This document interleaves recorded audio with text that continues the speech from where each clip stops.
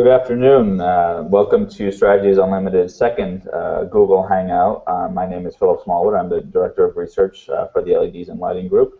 I have with me Maury Wright, who's the Editor-in-Chief of LEDs Magazine and Illumination in Focus, and I have both of my analysts here as well, Shanika Vijay and Stephanie Pruitt. Please everybody say hi. Hello. Hi. Hello, everybody. So basically, we wanted to have this Google Hangout after LIGHTFAIR International, which I was not able to attend, but I hear was a great event. I wanted to get a little bit of an idea of what everybody thought of the show, any highlights of the show, anything that really stood out to you. So first of all, I wanted to hear from Maury. I just didn't know, just hear what you thought of the show and if anything in particular stood out to you. Thanks, Philip. Of course, there was a lot of innovation on the exhibit floor, and it really ranged across everything from materials like plastics and, of course, LED sources and lighting. But I'm going to focus on LEDs, packaged LEDs here.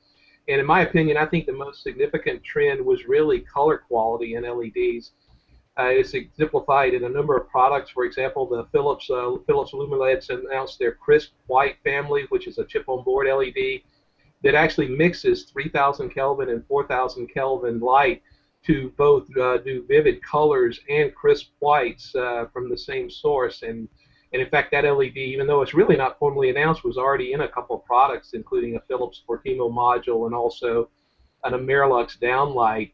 Also, Luminous Devices had their AccuWhite chip-on-board LEDs there, and they offer those products with a 95 CRI and also ratings above 90 for the saturated colors, including the R9 value, and obviously that's important for color rendering. But color quality and CRI actually don't always align exactly in terms of being a good measure of color quality. And Luminous also showed a LED that was off the black body curve by purpose, and that allows it to be even more vivid with saturated colors, and of course CRI penalizes for that. But you're seeing in the discrete LED space, Cree had their new X-Lamp XPL LED, which is probably the brightest discrete LED on the market, and they're regularly doing 90 CRI with high efficiency in discrete LEDs these days. I think it was also really significant to see Sora making their GaN-based LED technology available to lighting manufacturers for the first time. They still haven't ever sold LED components themselves, but at LIGHTFAIR they had some new light engines that manufacturers can buy and integrate in their products. The mid-power space was the one area I think that was a little bit down at LIGHTFAIR. It was such an important thing at Light and Building in Germany back in April, with all the mid-power guys having thin film flip chip devices, what they call chip scale packages. Those products were, of course, at LIGHTFAIR. There was really nothing new in mid-power there. Great, thanks, Maury. I guess next we'll have Shanika discuss what she saw at LIGHTFAIR and if anything stood out to you in particular. Great. Yeah, great points, Maury. So a lot of innovation on the show floor during LIGHTFAIR.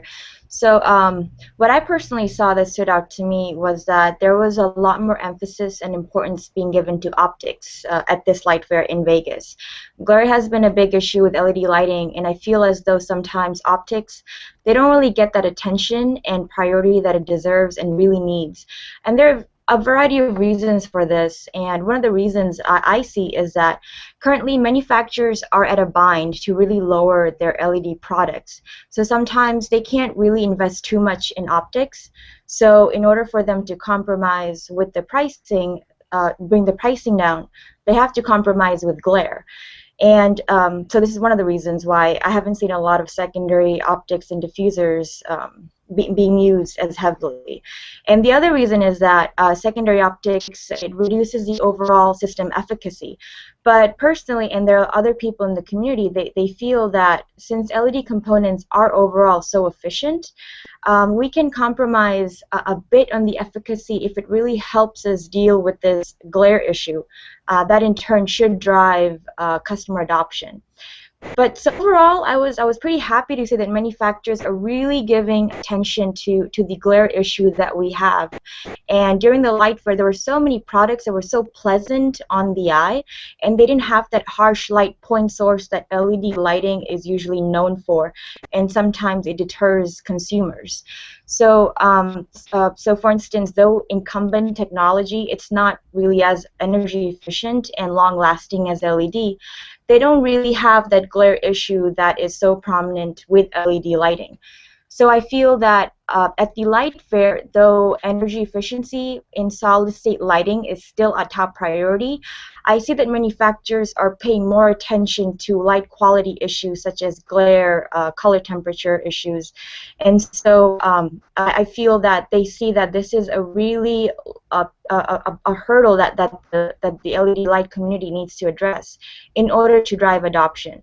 So yes, overall, in many cases, they're very innovative designs in terms of secondary optics and diffusers, and some products were very outstanding on the light floor, on the show floor. Thank you. Great, thanks, Shanika. You know, it's funny because a few light fairs ago, I was thinking of writing a blog called "Glare, Glare Everywhere."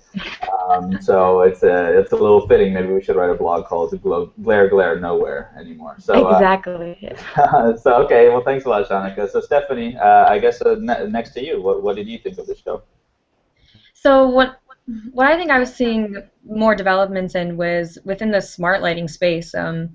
You know, as well as just the sheer number of companies that are now offering smart lighting solutions. I mean, at last year's light fair that I went to, you know, a few of the big name companies were just unveiling products. Samsung unveiled something, TCP had their solution, and now it seems that, you know, a lot of other, even smaller companies were having these solutions, you know, products that showcased dimming, color changing, and, you know, controlling the individual bulb, you know, with your smartphone.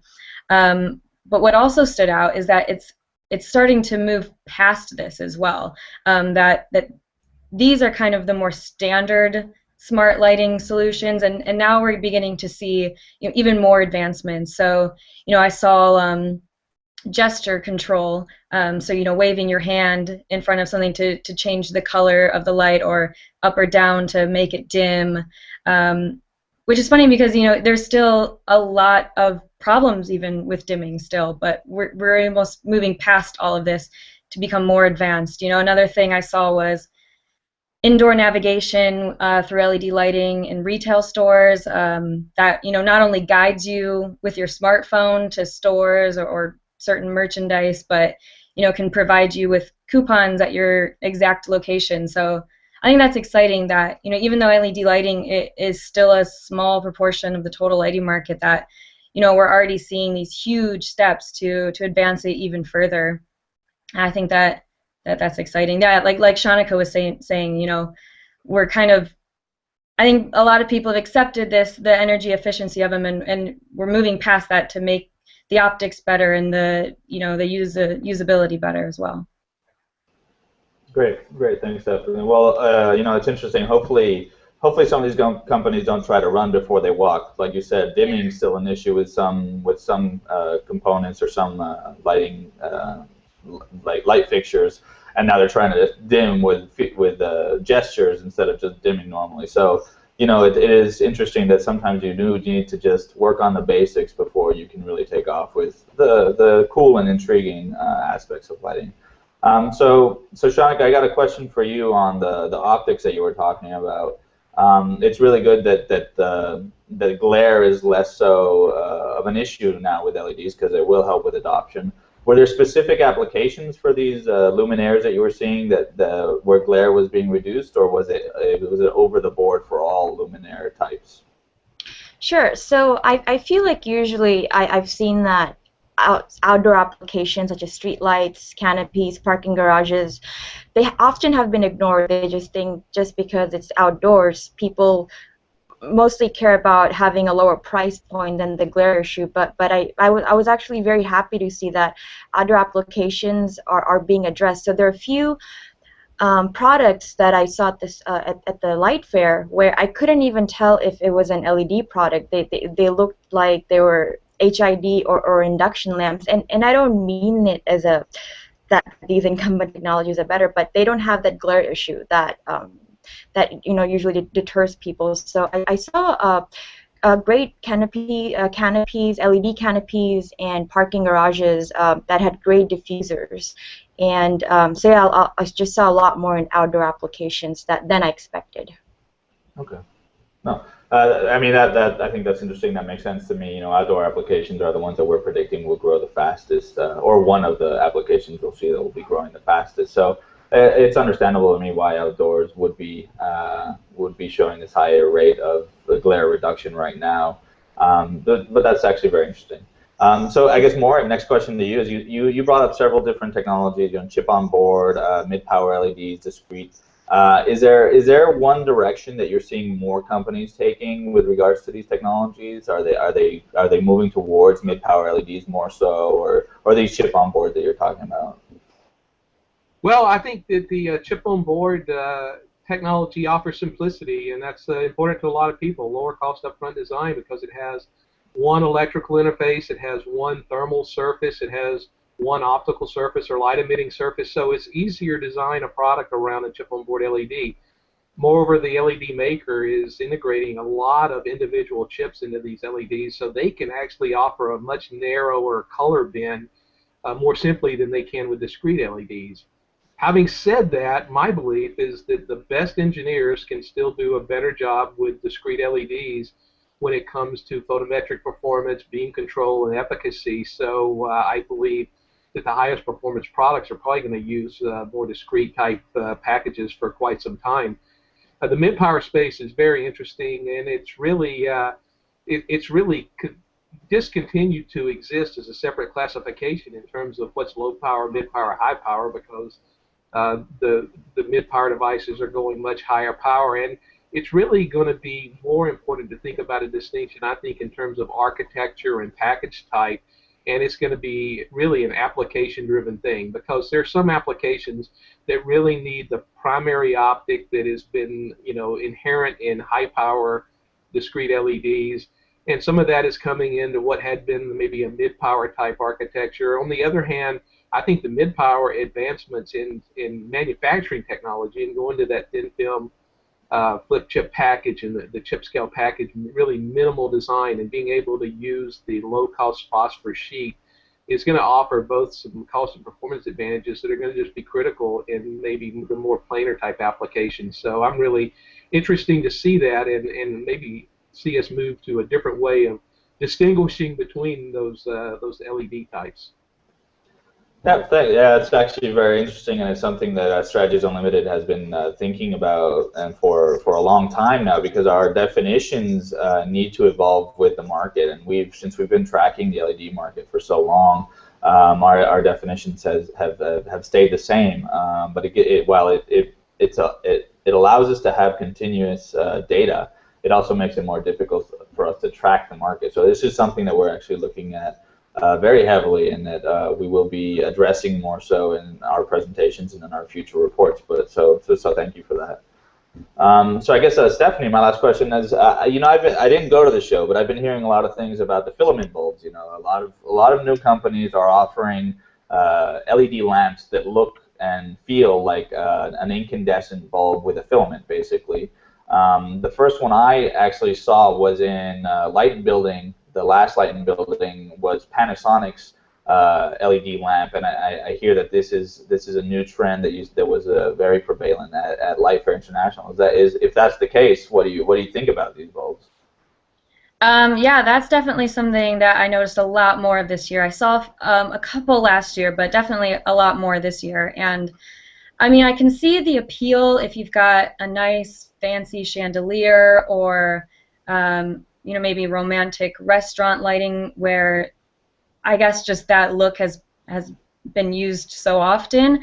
But at the same time, I find it a little disappointing, because there's just so many cool and interesting things that you can do with LED lighting that you can't do with conventional lighting, and so many interesting designs. And there was a lot of them that were showcased at LIGHTFAIR this year, and I just think trying to force LED light bulbs to look like an incandescent is just going to hold it back, really. Yeah, that's a very interesting point when you talk about LEDs. I would say we are more technologically driven people, and since we are analysts in the market, we understand what can be done with LEDs and what drives LEDs and the cool thing about LEDs. But also you have to, in my opinion, you have to think a little bit about what the general consumer thinks about LEDs. They are a new technology. Some people will complain just because they want to complain about something. And so with CFLs, a big issue was they don't look like incandescents and they don't give off the same light. If you can go to people and say, look, this LED looks exactly what your incandescent that you love, at least in the US, people love their incandescent light.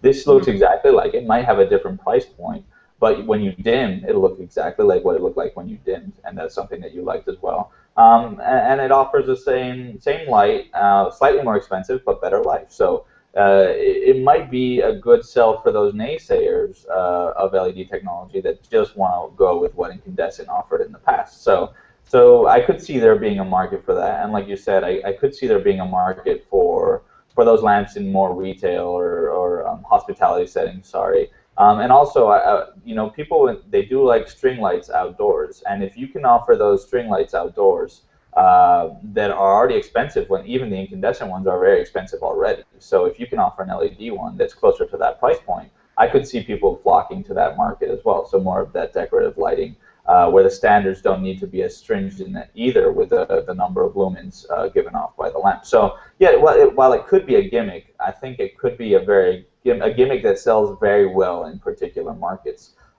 So while it's a step backwards, I think it's also a step forward in that it's offering an alternative to incandescent that people hadn't really been seeing previously, that makes it more likely for them to buy LEDs. So it's what you said. LEDs, you can do so much with them. Why go to the past? But it's also like, well, LEDs, you can do so much with them. You can mimic exactly what's out there on the market as well. So I think there's both those selling points. And it's an interesting point of view. I think it will create a lot of buzz and discussion on the market. Well, with that being it, thanks to all of you for offering your insights into LIGHTFAIR International and what kind of show it was this year. It does seem like there are some good advancements, and the LED market has become mainstream from this show and from Light and Building that we attended in Frankfurt in March. So it makes me happy as an analyst to see that LEDs are really taking off.